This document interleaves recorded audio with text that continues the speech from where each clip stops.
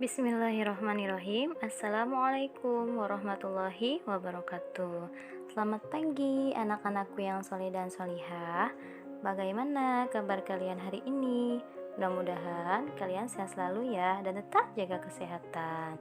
Baik anak-anak, kita akan mulai pembelajaran hari ini, yaitu tema 2. Sebelum memulai pembelajaran, mari kita membaca Al-Basmalah bersama-sama. Bismillahirrahmanirrahim, dan membaca doa bersama. Rabbi zidni ilma warzuqni fahma. Amin. Baik anak-anak, pembelajaran kita akan segera dimulai. Disiapkan terlebih dahulu alat tulis masing-masing. Baik anak-anak, kalian sudah mempersiapkan alat tulis masing-masing ya? Jika sudah, silahkan dilihat di halaman 99.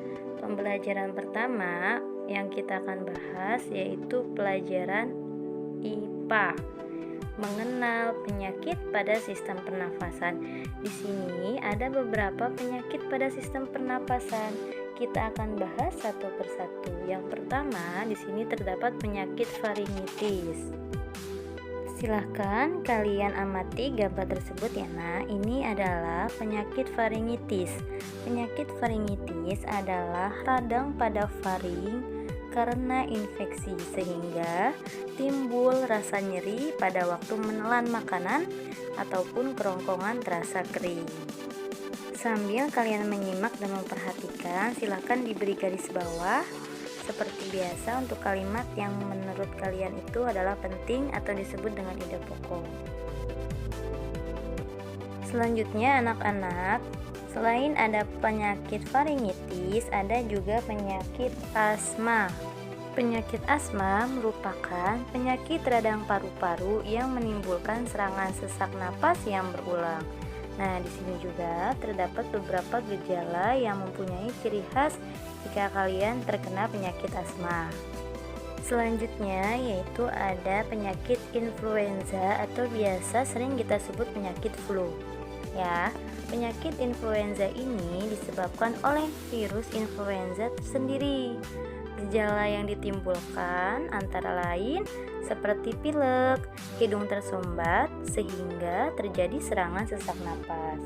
Lama sakit berlangsung antara 2 sampai 7 hari dan biasanya sembuh dengan sendirinya. Selanjutnya ada yang disebut dengan penyakit emfisema. Penyakit ini adalah penyakit pada paru-paru yang ditandai dengan pembengkakan pada paru-paru karena pembuluh darahnya kemasukan udara. Nah, bisa dilihat nih anak-anak. Di sini ada gambar yang normal jika tidak terkena penyakit emfisema, dan selanjutnya di sini sampingnya ya, itu ada contoh penyakit emfisema.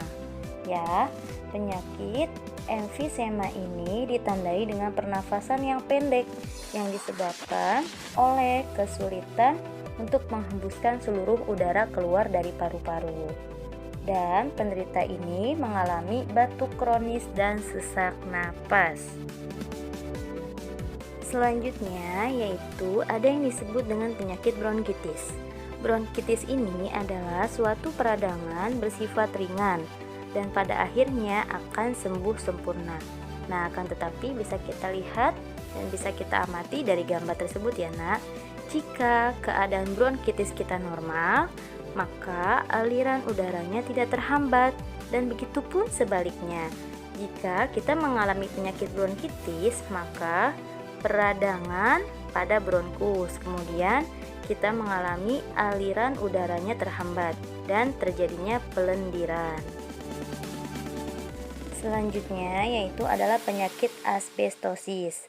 Penyakit asbestosis ini adalah suatu penyakit saluran pernapasan yang terjadi akibat menghirup serat-serat asbes, di mana pada paru-paru terbentuk jaringan parut yang luas. Selain itu, penyakit paru ini menyebabkan fibrosis paru, yaitu terbentuknya jaringan perut pada akibat paparan asbes dalam jangka waktu lama.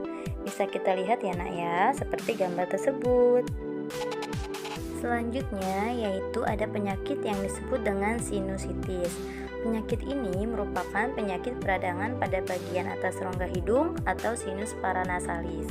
Penyakit ini disebabkan oleh infeksi bakteri, oleh jamur, virus, menurunnya kekebalan tubuh, terjadinya flu, stres, kecanduan rokok, dan infeksi pada gigi.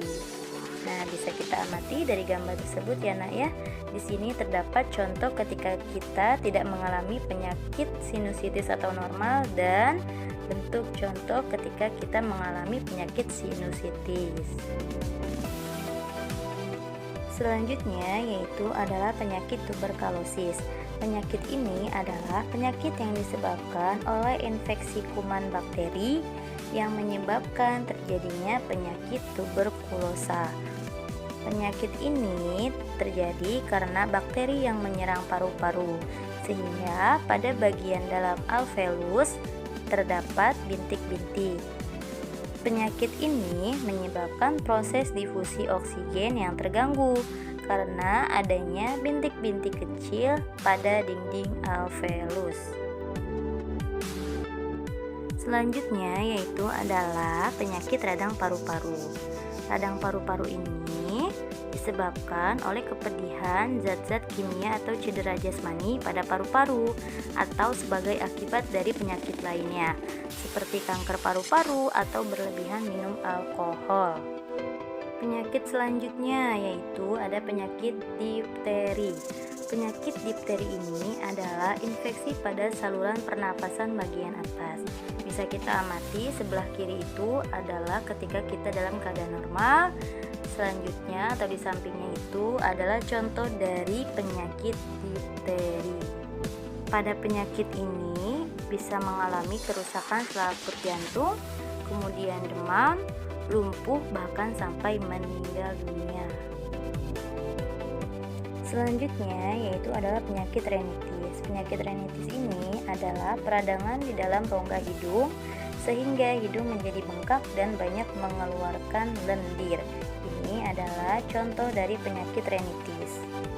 Gejala-gejala yang timbul pada seseorang yang menderita penyakit ini yaitu adalah bersin-bersin, hidung gatal, hidung tersumbat, dan berair.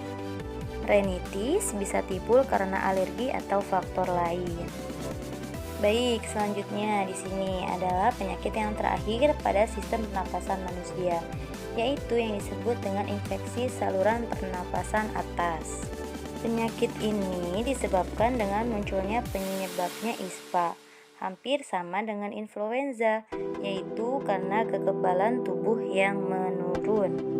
Selain itu, penyakit ini sering dijumpai pada masa peralihan cuaca.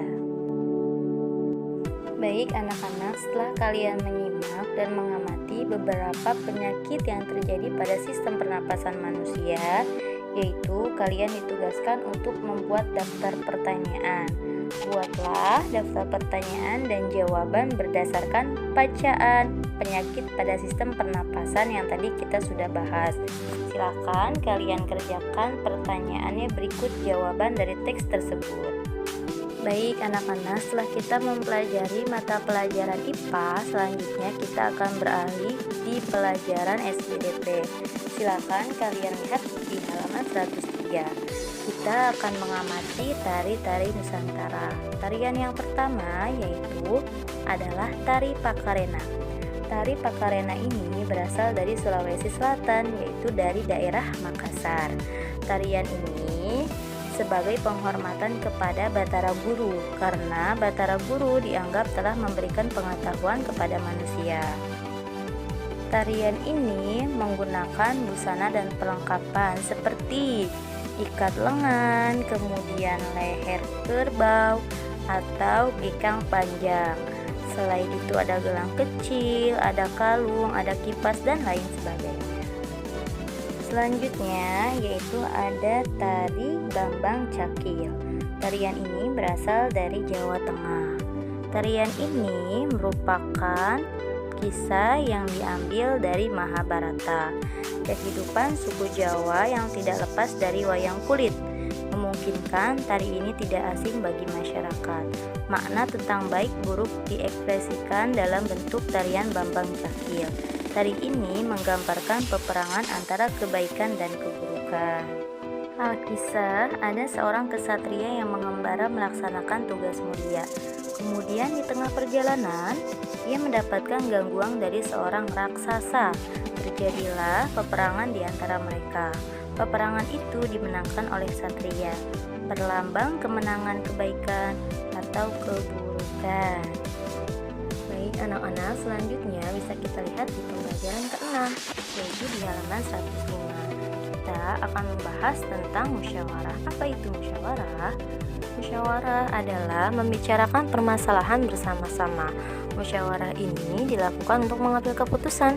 Kesepakatan atau keputusan bersama disebut dengan mufakat. Adapun ciri-ciri musyawarah adalah sebagai berikut. Musyawarah dilakukan oleh lebih dari seorang, berarti bisa 2 orang, 3 orang, dan seterusnya. Kemudian semua orang memiliki kedudukan yang sama. Yang C-nya adalah semua orang boleh menyampaikan pendapatnya. Itu adalah 3 ciri-ciri musyawarah. Dari pembahasan tersebut sudah kita bisa ambil kesimpulan ya nak, bahwasanya musyawarah itu dilakukan agar mencapainya hasil mufakat.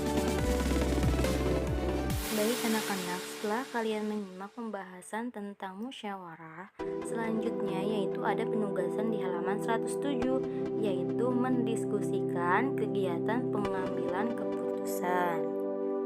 Tulislah oleh kalian contoh kegiatan yang membutuhkan kesepakatan bersama dan orang yang terlibat dalam pengambilan keputusan bersama tersebut pada tabel berikut yang ada di halaman 107. Silahkan dikerjakan. Baik, selanjutnya yaitu adalah mencari simbol tari.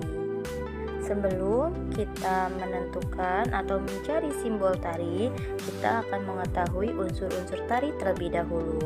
Unsur-unsur tari itu terdiri dari bentuk karya tari, kemudian dari nama karyanya, kemudian jumlah penari, busana tari, properti tari, iringan tari.